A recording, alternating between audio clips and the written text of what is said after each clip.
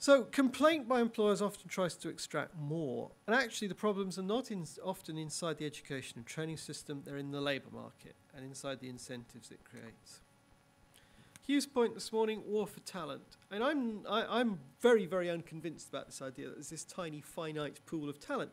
But there are lots of employers who believe it and act accordingly.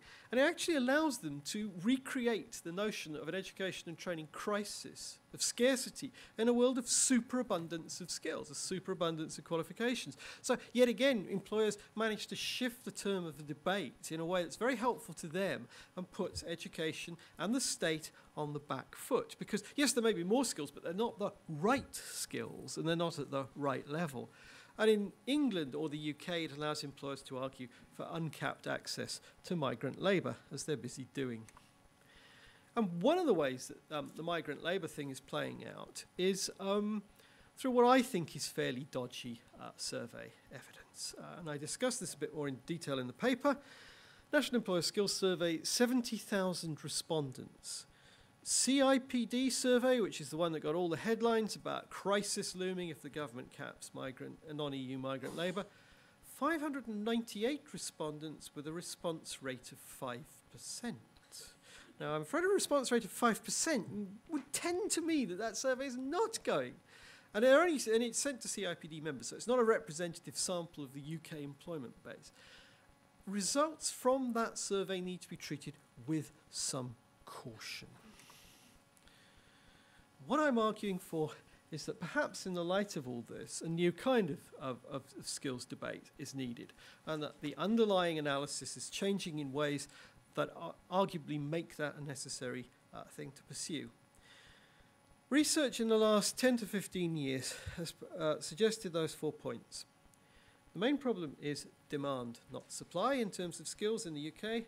We have overqualification and underemployment. Job quality is often poor, and this weakens the incentives to learn. Employers' contribution to skill formation is limited and may actually be smaller than we used to think. That sets up the context for rather different debates.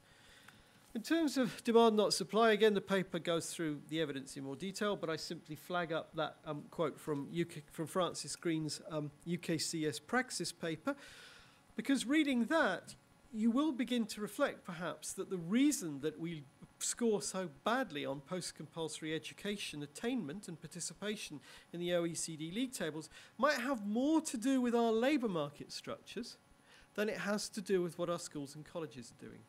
In other words, the problem is locked in the demand side. In terms of overqualification, well, we have some figures. They're probably not accurate, but what they do show is a trend. They do show an underlying problem, that significant growth of people reporting themselves overqualified for their current job in terms of the skills needed to acquire the job and then do it. Using workplace employment relations survey data, even higher figures. And my point would be that these problems are likely to get worse, not better, given unemployment and graduates constantly trading down in order to get employment in our labour market. I suspect that, and the fact that high-skilled jobs are growing more slowly in the UK than they are in most other OECD countries as a proportion of employment. We have got major difficulties about overqualification, and they are liable in the short to medium term to get worse. Problems about job quality? Well, again, Hugh did my job for me very efficiently this morning. Digital Taylorism at the top end. But the top end are still lucky.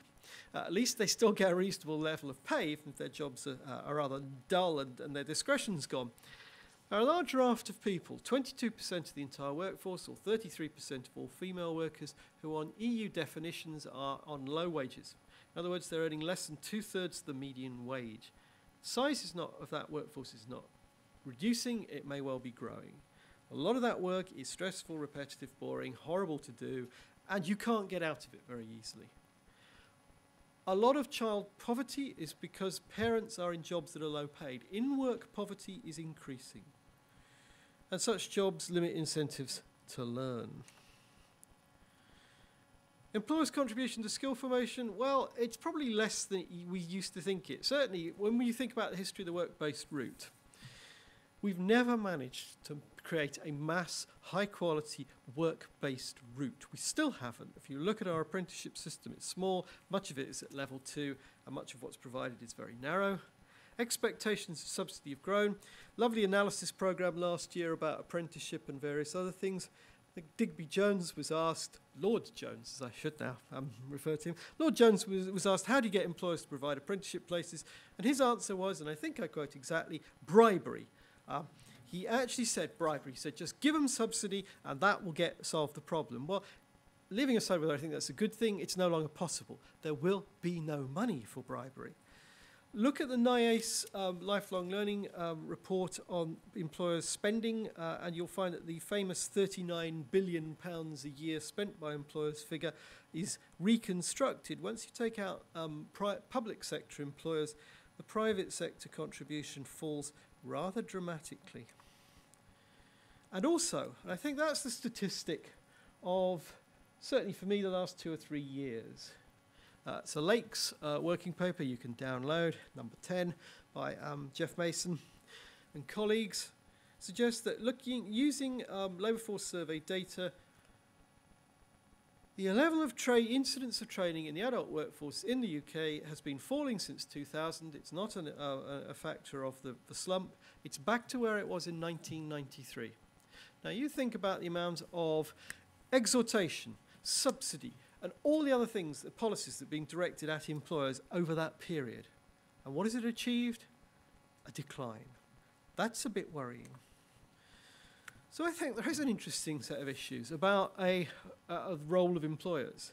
A new debate that puts the ball back into the employer's court in terms of those factors. The way in which firms recruit skill, they use it, they reward it, how they create it within their own workplaces rather than recruit it from the education and training system, and so on. And I think that that debate now really needs to start happening. I think it is time for some new thinking.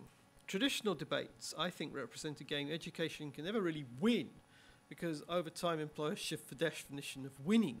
So whatever you do, it's never quite enough because the goalposts are on wheels and they've just moved up the hill a bit. Traditional debates actually represent an attempt to ratchet up what the public purse pays for and provides. Employers actually like the idea of oversupply. It allows them lots of choice and it drives down wage levels. Oversupply may not be possible in the future, which is as fiscally constrained as the one we're heading for.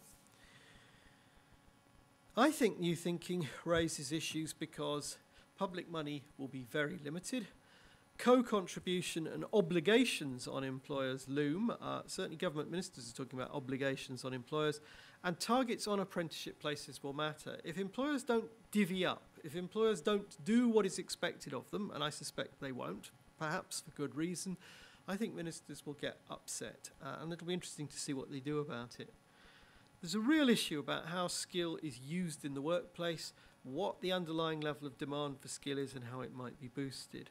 And I think there are huge problems about power imbalance in the labour market. For example, the endless use of migrant labour to lower wages and to try and get more for less isn't going to go away. It's rational for employers to try and do it, but it does raise some big issues for society and for politicians. Because policy discourses are now very much around social mobility, in-work poverty, unemployment, unpaid internships, and they make for a new and quite challenging backdrop for industry education liaison.